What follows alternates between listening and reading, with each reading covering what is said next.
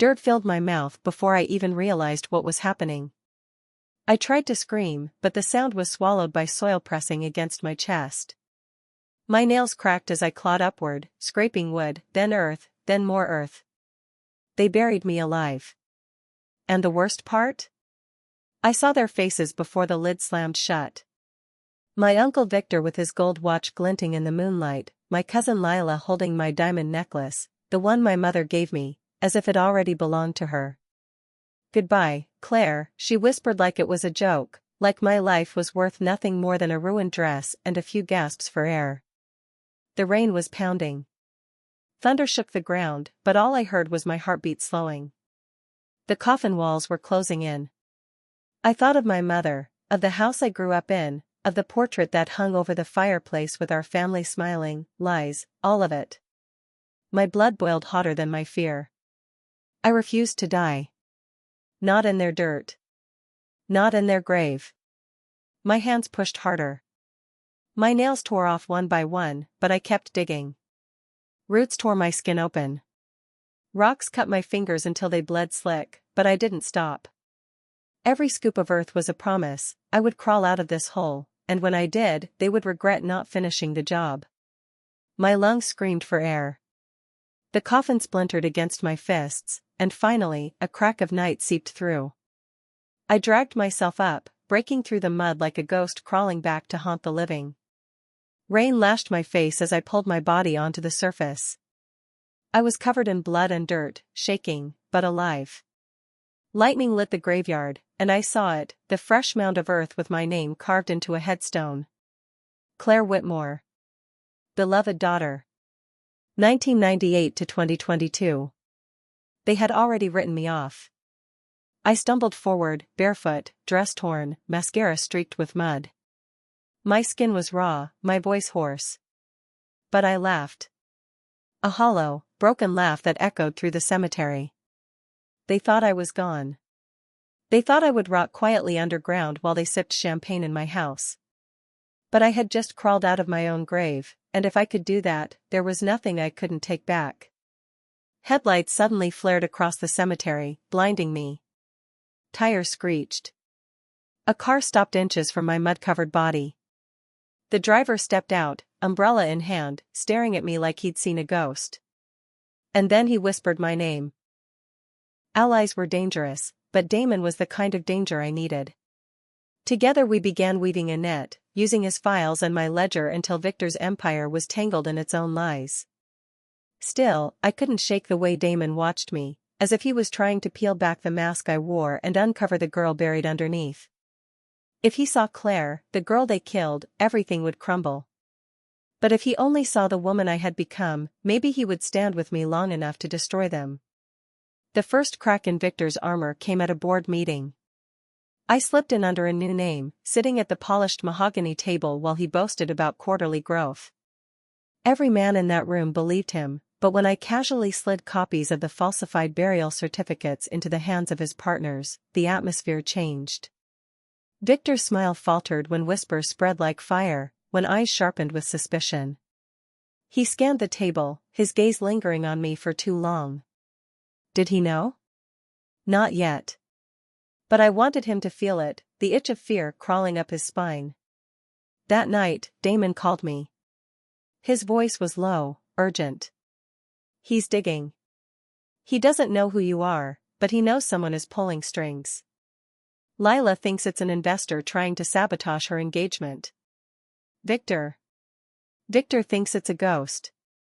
I laughed coldly into the phone. Then let him be right. Meanwhile, I tightened the noose around Lila. I bribed her dressmaker, her florist, even her makeup artist, until every detail of her upcoming engagement ball was in my hands.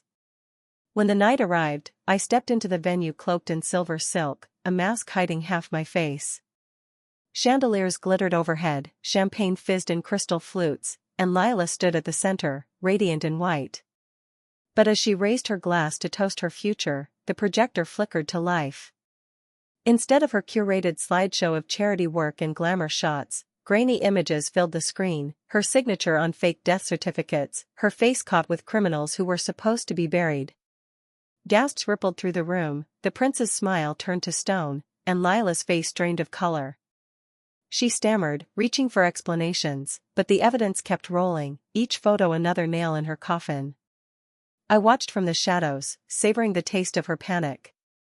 Damon found me before the chaos ended, his hand gripping my wrist as he pulled me into an empty corridor.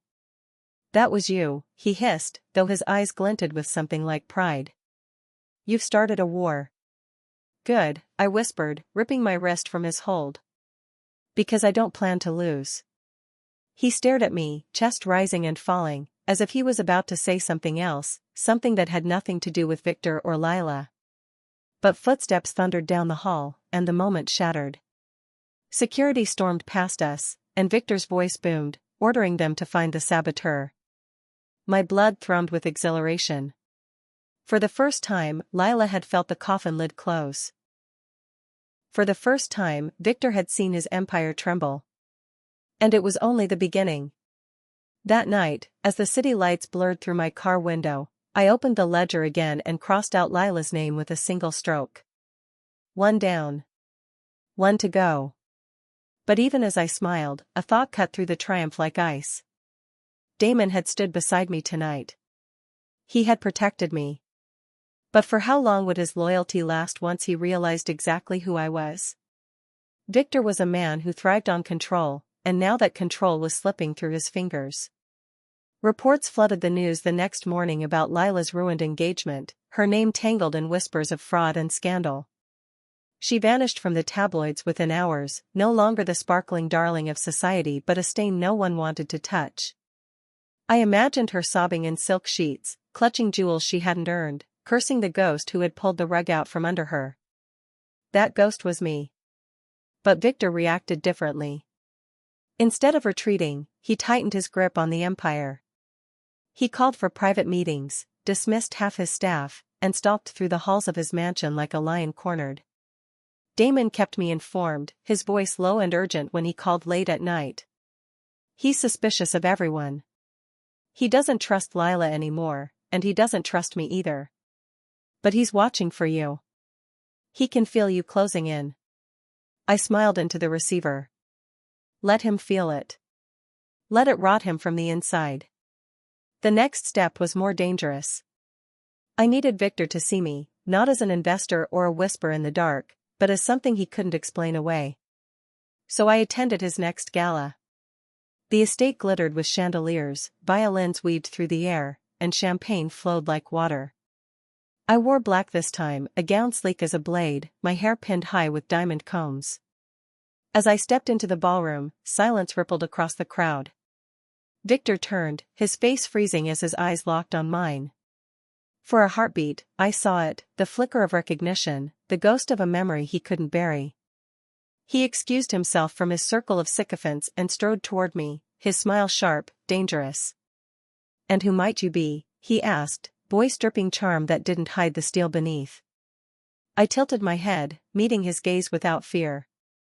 "Someone who appreciates the company of the dead." His jaw tightened.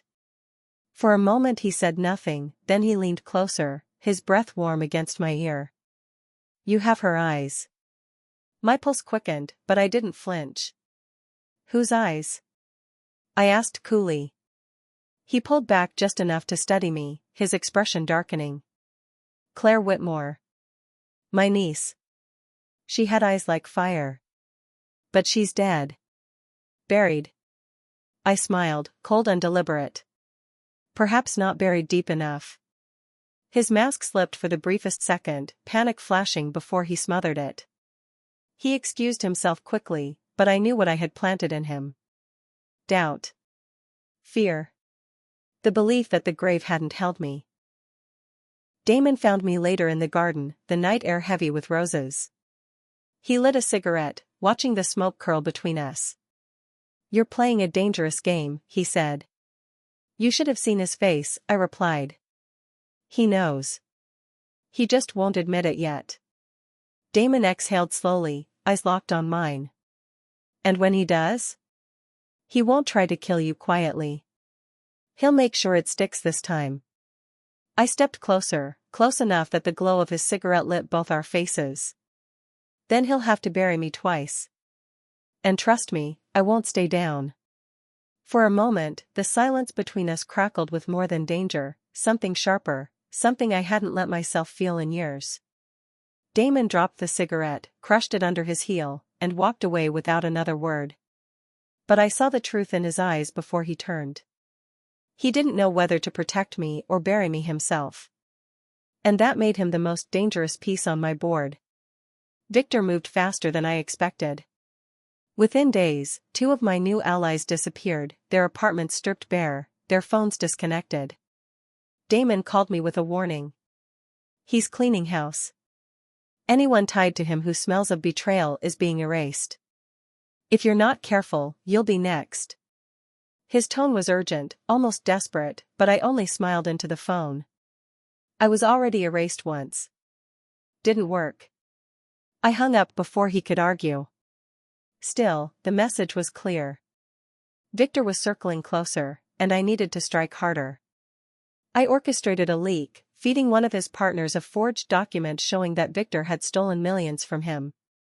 Within hours, the man turned on Victor, demanding answers, threatening lawsuits. Victor quelled him with violence. The man vanished by the next morning, but the cracks in his empire widened. Rumors began to spread, whispers of betrayal, of ghosts, of debts unpaid. Lila, meanwhile, tried to crawl back into the public's good graces. She appeared at charity luncheons, her smile stretched too wide, her laughter brittle. But the society that once adored her had turned cold. Invitations dried up. Designers withdrew their offers. She was rotting from the inside, and I savored every headline.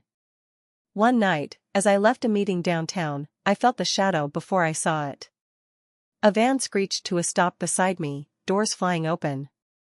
Rough hands grabbed my arms, dragging me inside before I could fight. A bag went over my head, the scent of gasoline filling my lungs. My heart hammered, but I refused to panic. They wanted fear. I gave them silence. The ride was short. When they ripped the bag away, I was kneeling in the damp earth of the cemetery. My cemetery. Victor stood above me, his silver hair glinting under the moonlight, his eyes burning with fury. "Do you believe in ghosts?" he asked coldly. "Because if you are one, I'll put you back where you belong." He snapped his fingers, and men began digging beside my old headstone. The sound of shovels striking dirt clawed at my chest, dragging me back to the night I clawed my way free. My pulse raced, but I lifted my chin. "You can bury me again," I said, my voice steady. "But this time, the dirt belongs to me." For a second, his expression faltered, but then he sneered. "You talk like her. But she's gone." He pulled a pistol from his coat, pressing the barrel against my temple. I felt the cold metal, smelled the oil, and locked my gaze on his. "If you kill me now," I whispered, "you'll never know how much I've already taken from you." The silence that followed was suffocating. His men shifted uneasily, glancing at each other. Victor's jaw clenched. Finally, he lowered the gun. "If you're her, if you're Claire, then I'll bury you with my own hands." He motioned for his men to drag me back to the van, but headlights suddenly cut through the graveyard, blinding us all. Tires screeched. Another car skidded to a stop. The door flew open, and Damon stepped out, gun in hand, his face carved from stone. "Let her go," he ordered, his voice steady, unshaken. Victor's laughter rang out, echoing against the tombstones. "My loyal lawyer." Of course. But Damon didn't laugh. His aim didn't waver. And for the first time, I saw real fear flash across Victor's face. In that moment, under the cold stare of Damon Hale, I realized he wasn't just an ally. He was my weapon. And Victor had no idea just how close his empire was to crumbling beneath the dirt he thought belonged to him. The night Damon pulled that gun was the night the war stopped being silent. Victor's men hesitated, unsure whether to obey their master or flinch from Damon's steady aim. The air was thick with the smell of earth and gasoline, the graves around us like silent witnesses. Victor raised his hands slowly, smirking, but his eyes betrayed unease. "Careful, Hale." Pointing that thing at me means you've chosen your side. Damon's voice was ice. I chose my side the moment you buried her. My chest tightened. He had said it plainly. No pretense, no doubt. Victor's face darkened. So it's true. You are Claire. He spat my name like venom. His men shifted, some raising their weapons, but Damon fired a single shot into the dirt between us, the crack splitting the night. Anyone moves, they die. The standoff stretched like wire pulled to snapping. Then, slowly, Victor stepped back and motioned his men to lower their guns. This isn't finished, he snarled. You can crawl out of the dirt all you like, but I'll put you back in. And this time, no one will dig you out. He stormed into the darkness, his men following, but I knew it wasn't retreat. It was regrouping. Damon holstered his gun and turned to me. His eyes searched mine, his jaw tight. You should have told me. My voice cracked despite my resolve. Would it have mattered? He took a step closer, the rain beginning to fall between us. It matters because I thought I was protecting a stranger. Now I know I was protecting the woman they buried. And I won't let them do it again. For the first time in years, the walls I'd built around myself trembled. But there was no time for softness. Victor wouldn't stop, and now he knew the truth. I had to strike the final blow. 2 nights later, I announced a charity gala at the cemetery itself, marketed as a fundraiser for historic preservation. The city's elite came in droves, lured by curiosity and gossip, unaware that they were walking into a funeral for the living. I wore black lace that clung like a shroud, diamonds glinting at my throat, every inch the resurrected heiress. Damon stood at my side, silent, a shadow with steel in his eyes. The crowd murmured as Victor and Lila arrived, their faces tight, their reputations already crumbling. I took the stage, lifting a glass. Tonight, we honor the dead, I began, my voice carrying over the hush. But sometimes, the dead refuse to stay buried. The screen behind me flickered to life, and the evidence I had gathered filled it, ledgers, signatures, photos, voices recorded in secret. Gasps rippled, hands covered mouths, whispers turned to shouts. Victor lunged forward, shouting denials, but the proof was undeniable. Lila collapsed in tears as the prince who had once adored her walked out without a word. Chaos erupted.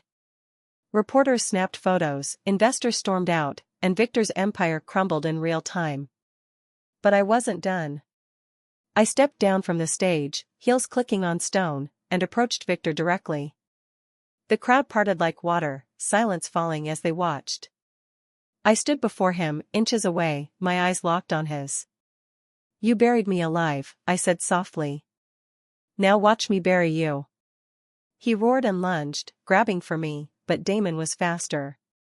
Shots rang out, screams erupted, and in the chaos Victor fell to his knees, blood staining his suit. The empire he built on graves ended in the very dirt he once claimed as his own. The crowd fled in panic, but I stood tall, my breath steady. For the first time since the coffin, I wasn't clawing my way out. I was standing on top. And Victor Whitmore was finally beneath me, where he belonged. Victor's body was dragged away by men who had once called him master, their loyalty dissolving now that his empire lay in ruins. The cemetery was chaos, sirens in the distance, reporters shouting questions, Lila sobbing as flashes of cameras captured her downfall. I stood at the center of it all, calm as the eye of the storm. Damon was at my side, his hand steady on my back, guiding me through the wreckage like a shield. For years, I had dreamed of this moment. I thought it would taste like blood and vengeance, bitter and sharp. But as Victor's final roar faded into silence, it tasted like freedom. Lila stumbled toward me, mascara streaked, emerald gown torn at the seams. You were supposed to stay dead, she spat, her voice breaking. I tilted my head, studying her the way a queen studies a fallen pawn. And you were supposed to be more than a coward in silk. But here we are. Her hand shook as she reached for me, but Damon stepped between us, his stare enough to freeze her in place. Your world is gone, Lila, I said, my voice low but carrying. Every lie, every stolen gem, every forged paper, it all belongs to me now. Run if you want, but you'll never escape the shadow of the grave you dug for me." She collapsed, sobbing into her hands, and for the first time I felt nothing for her. No pity. No rage. Just emptiness. She had written my eulogy with her laughter, and now she had to live with the echo of her own. By dawn, the headlines were everywhere. Victor exposed. Lila disgraced. The Whitmore empire crumbled overnight, its remains parceled off, sold, or seized. But the cemetery, my cemetery, stood untouched, gleaming under the morning sun like a crown of stone and soil. Damon and I walked its paths together, silence hanging between us. Finally, he spoke. "You did it. You buried them without touching a shovel." I stopped at my headstone, the letters still etched deep into the marble. Claire Whitmore. Beloved daughter. 1998 to 2022. My fingers brushed over the cold stone. "She's really gone now," I murmured. Damon stepped closer, his hand covering mine. "Good. Because the woman standing here isn't someone who gets buried.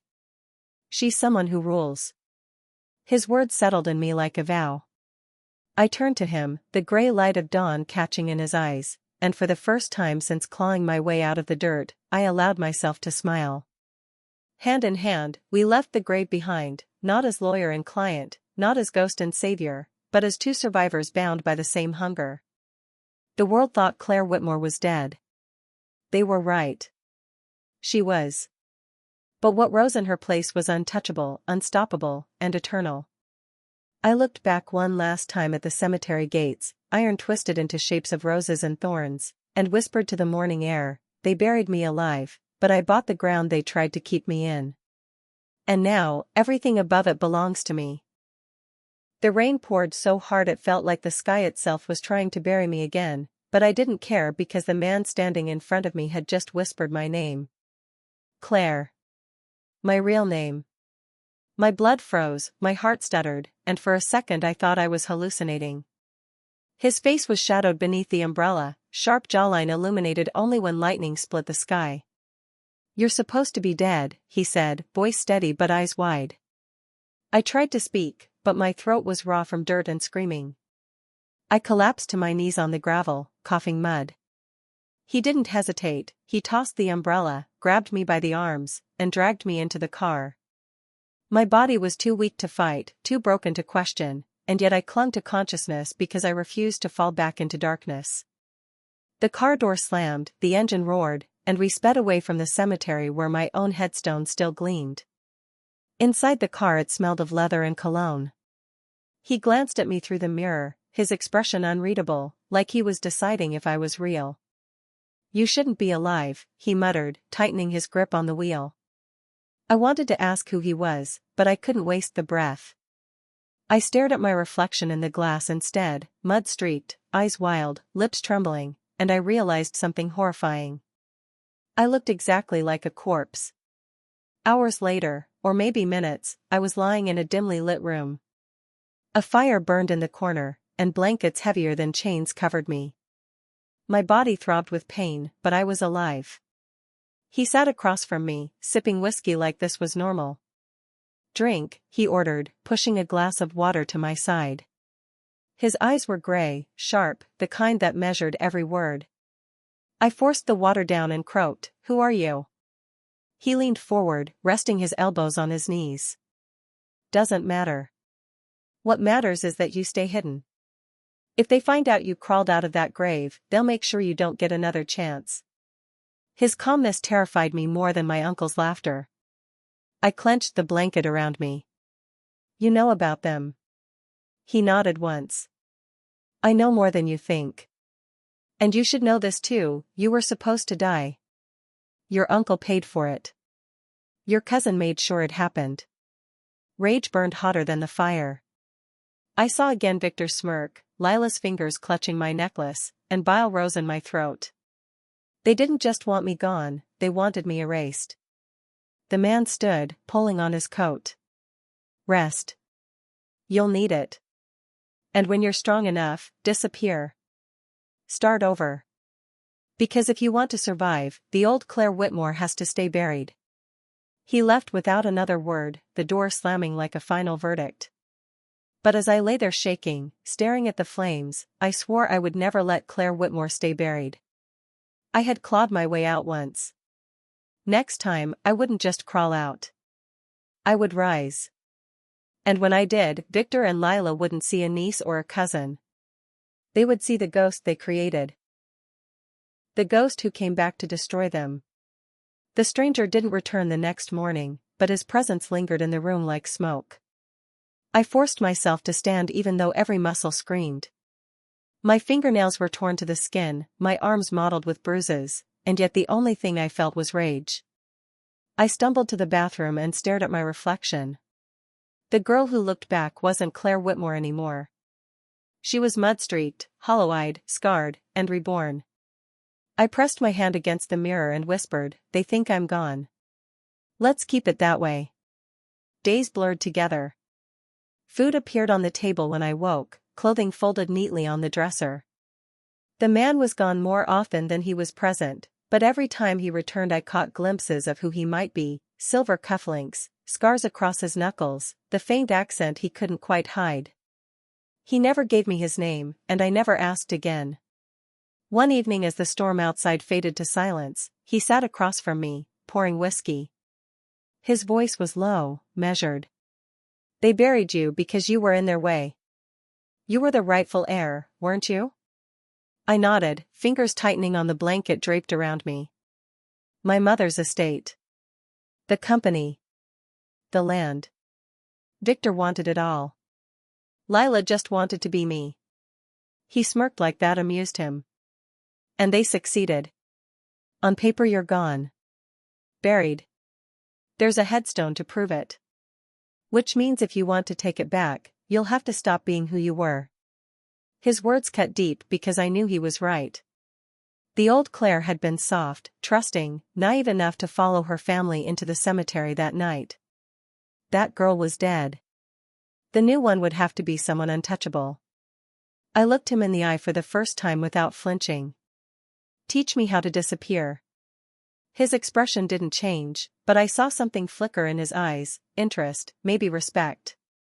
"It won't be easy. You'll have to erase every trace of yourself. And you'll have to stomach things that will make clawing out of a coffin feel merciful." "I already did that," I rasped. "I'll do worse." He studied me for a long moment, then finally nodded. That night became the first step in my rebirth. He taught me how to hide, how to move without being seen, how to forge signatures and shred identities. He introduced me to people who owed him favors, people who could erase bank records, file death certificates, bury truths deeper than any grave. I learned to walk into a room without being noticed and leave it with every eye following me. I learned how to build companies behind layers of names, how to invest in shadows, how to own without ever being seen. Years passed, but I never let myself forget the night dirt filled my lungs. Each lesson was another shovel of earth I piled onto the graves of Victor and Lila. By the time I turned 25, Claire Whitmore was nothing more than a memory carved on a headstone. The world knew me as someone else, a woman whispered about in boardrooms, feared in banks, admired but never understood. The stranger who saved me had disappeared for good, leaving only his teachings behind, but I carried them like armor.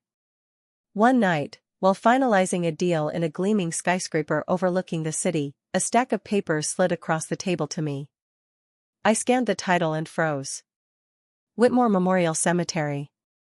My family's land. My grave. The place they tried to end me. My signature trembled, not from fear but from satisfaction. I signed, sealing the purchase under a false name. The cemetery was mine now, every blade of grass, every stone, every coffin. Including the one they left me in. I leaned back, closing my eyes, letting the victory settle in my bones. But this wasn't the end. This was the beginning. Because owning the dirt wasn't enough. I wanted to bury Victor and Lila in it, alive, like they did to me. The next morning, I saw a headline that made my blood run cold. Victor Whitmore's empire had doubled in size. Lila Whitmore was engaged to a foreign prince. They were thriving. Laughing. Untouchable. But they didn't know the ground beneath their feet belonged to me now. I folded the paper slowly, a smile tugging at my lips. "Enjoy it while it lasts," I whispered. "Because the ghost you buried is coming home." The first time I returned to the cemetery, I wore heels sharp enough to pierce the soil and a black coat tailored like armor. No one recognized me. To them, I was just another wealthy woman in designer clothes, another investor visiting her newest acquisition. But to me, every step on that gravel path was sacred. I stopped in front of the headstone that bore my name and crouched low, brushing away leaves. Claire Whitmore. Beloved daughter. A date of death carved in stone like it meant something. I traced the letters with my finger until the dirt smeared across them, and I whispered, "She's gone." "I'm not." The caretaker came rushing up, nervous sweat dripping down his neck as he tipped his cap. "Miss, are you family?" I smiled without showing my teeth. "You could say that. I'm the new owner." His jaw fell open, and I walked away before he could ask questions. It wasn't just about buying the cemetery. It was about rewriting my story in the very place they wrote my ending. I spent weeks combing through old records, unlocking vaults, and learning every secret buried in the soil.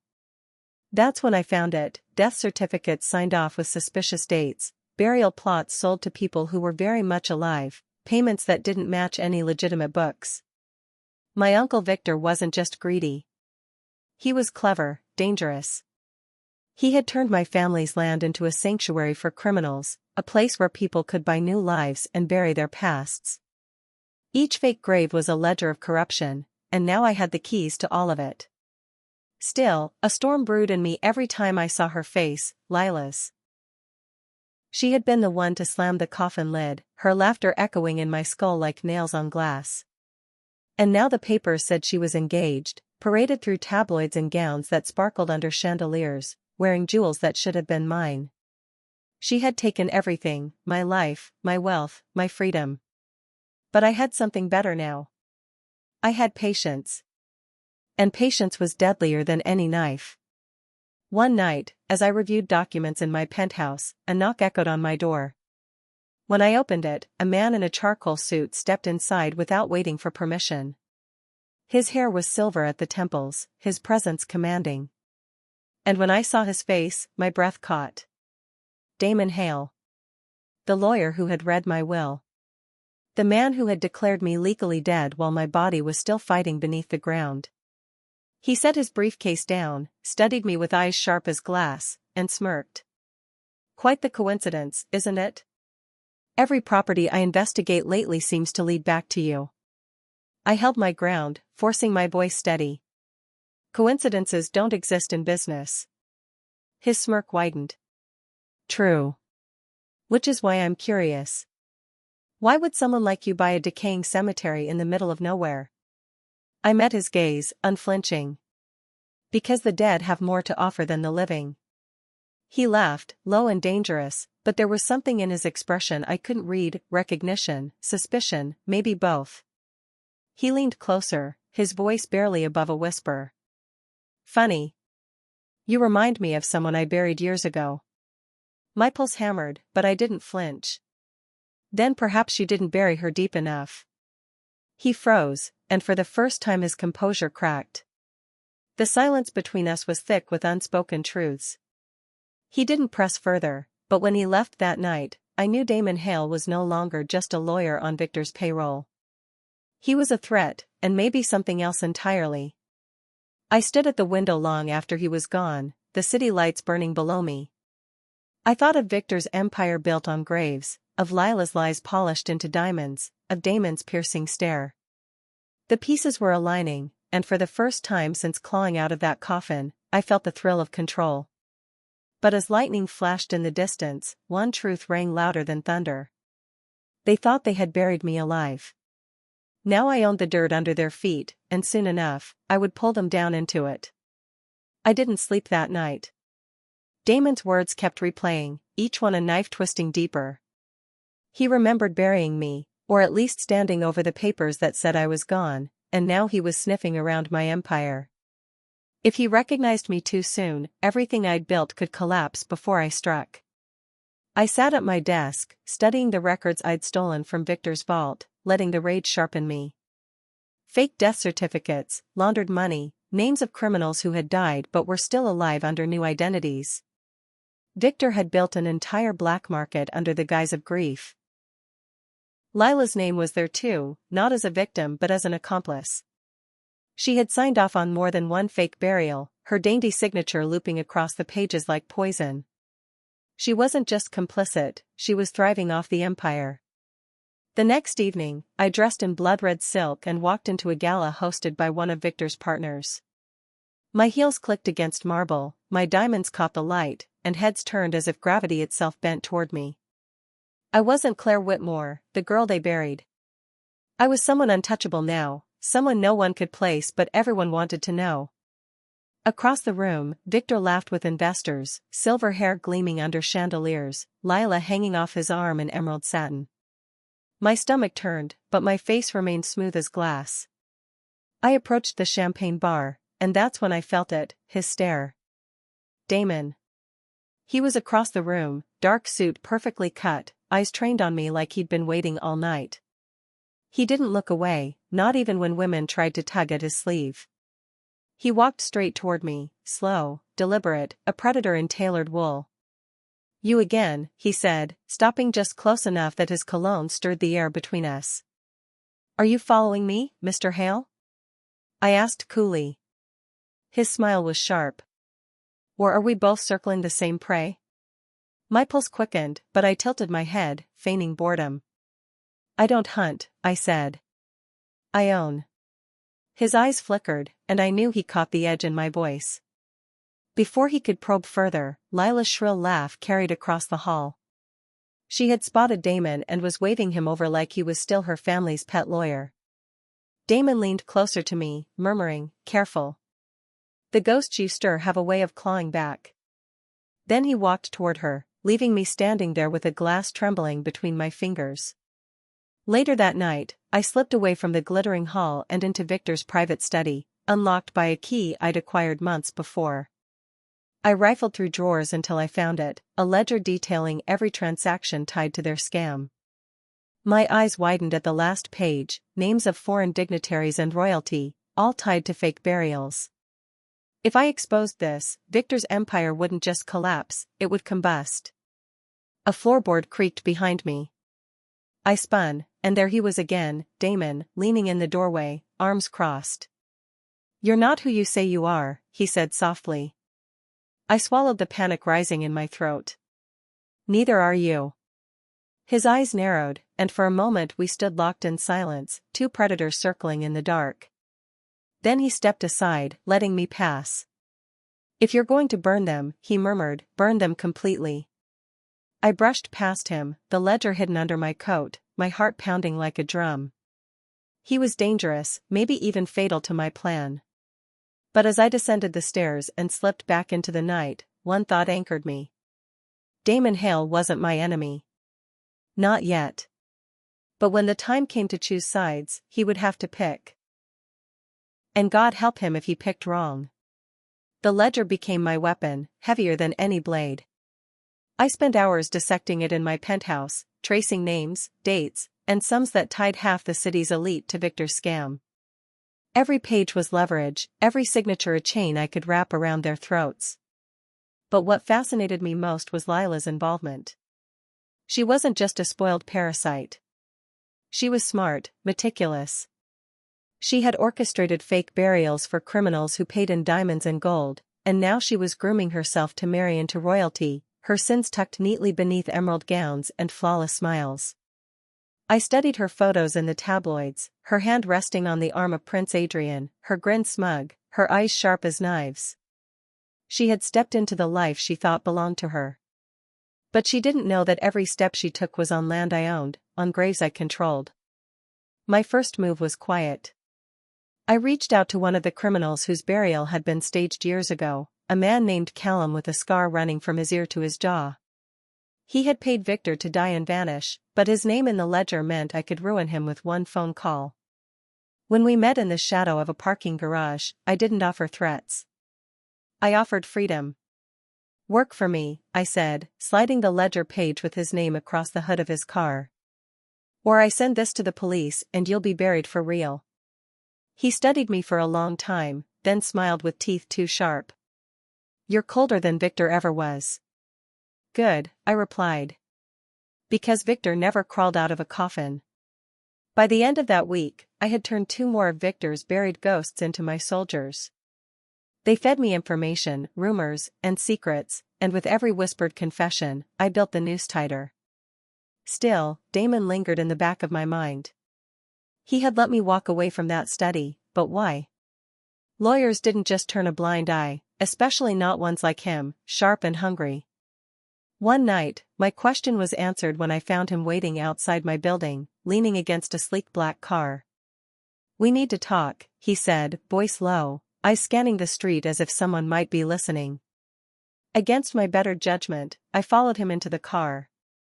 The city blurred by as he drove in silence, his jaw set like stone.